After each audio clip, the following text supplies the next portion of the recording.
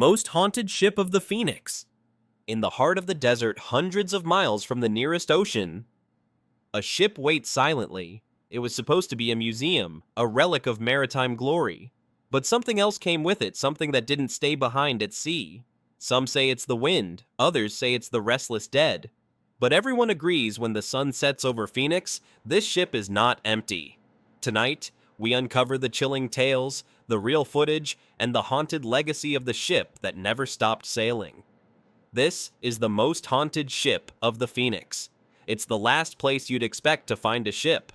But just off a quiet highway near Phoenix, Arizona sits a full-sized maritime vessel, weathered, silent, and completely out of place. Back in the early 1980s, a wealthy maritime enthusiast named Charles Hawthorne purchased the retired World War II-era cargo ship. He had it dismantled in California, trucked in massive pieces across state lines, and reassembled in the desert, turning it into what he hoped would be the first desert-bound naval museum. Hawthorne said the ship was more than just a relic. He believed it had a soul, and some think he was right. Though it opened with some excitement, the museum shuttered within 3 years.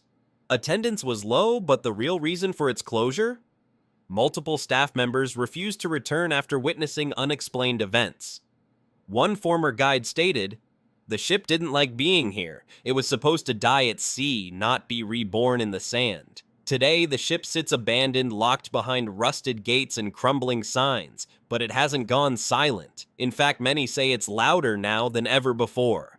Long before it found its way to the desert, this ship lived a cursed life at sea. And those who sailed aboard it knew one truth: no one came back unchanged." The ship began its journey in 1874, christened as the Phoenix Star, a merchant vessel built in the harbors of Savannah, Georgia. Intended for trade routes across the Atlantic, it was state-of-the-art for its time, sleek, fast, and built for distance. A mutiny during a storm off the coast of the Azores. A crewman went mad, throwing cargo and crewmates overboard. Thunderous footsteps were reported on deck during calm seas, long after everyone was below. In the years that followed, the Phoenix Star earned a reputation as a cursed ship. 1881, disappeared for 14 days. When it returned, the captain was missing, and the crew wouldn't speak of what happened. 1893, a young sailor was found hanging from the mast, no rope burns on his neck, only a look of pure terror. The ship changed owners multiple times, but each time, something remained. Survivor testimonies collected over decades all point to the same chilling detail. There was something watching us from below. We never saw it, but we felt it. Breathing, shifting, angry. The sound of chains dragging on wet wood. A single knock on his cabin door despite no one being awake. A mirror that cracked from the inside out while he looked into it. Whether it was a sea spirit, a sailor's madness, or something far darker, the Phoenix Star was feared, not celebrated. Even among pirates, no one dared chase it. In the final days of the Phoenix Star, the crew's dread was captured in a place few dared to revisit, a logbook that, once opened, would reveal something far worse than stormy seas.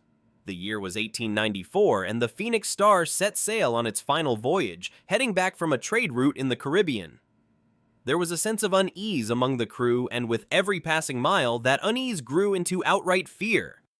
Crew members reported hearing voices echoing from the empty cargo holds, as if the ship was trying to speak to them. But it wasn't the usual sounds of the sea. These voices weren't carried by the wind, they came from deep inside the ship. The captain's log, recovered nearly 40 years later, was an account of what unfolded during the final days. Strange sounds in the night. Tools vanished from the deck. We search, but they are gone. Taken. The men are starting to crack. No one sleeps. The watchman heard whispers. I cannot explain. The voices came from the hold. Something is boarded with us. As the days wore on, the entries grew more frantic. The captain's handwriting, once neat and clear, now seemed rushed, trembling on the page. I have locked myself in the cabin. No one is allowed near. It's not safe. I hear them knocking. For the first time, the captain, known for his ironclad resolve, was afraid. And whatever was haunting the ship, he couldn't outrun it. But what was it that made him seal himself inside his own cabin, refusing to come out? "We are lost. It's too late. I will not survive this. I have seen it, heard it. There is no escape." The ship was found empty, drifting in calm waters days later. The captain's quarters were untouched, but he was gone, vanished without a trace. There were no signs of struggle, no blood, nothing.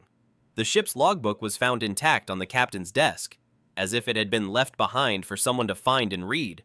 They said ghost ships only haunt the ocean. But what happens when one is brought inland into a place it never belonged?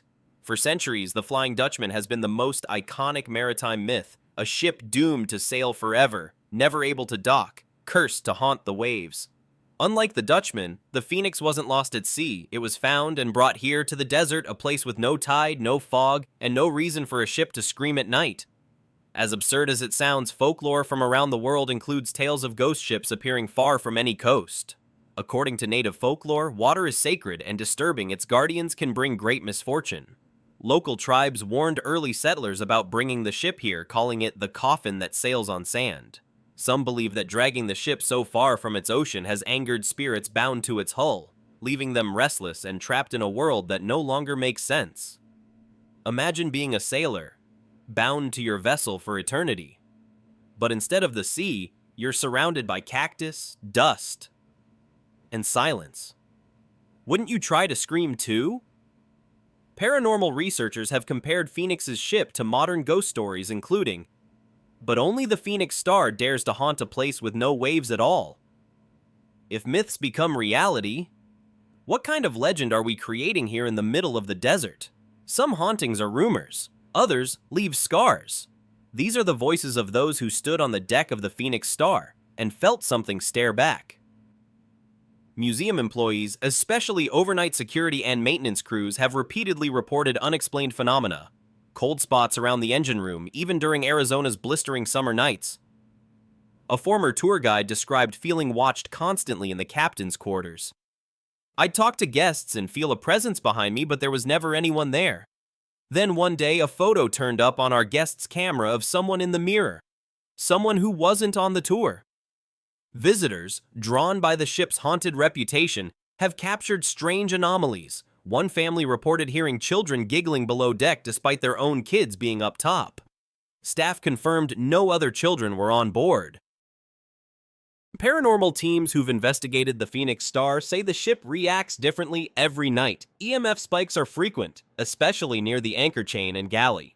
Multiple ghost hunters quit mid-investigation after reviewing their footage and seeing a figure standing behind them the entire time no one else saw. A recurring figure mentioned in over a dozen accounts is a woman in a white naval-style coat wandering silently near the stairs to the lower deck. One thing's clear, no one leaves the Phoenix Star without taking something with them.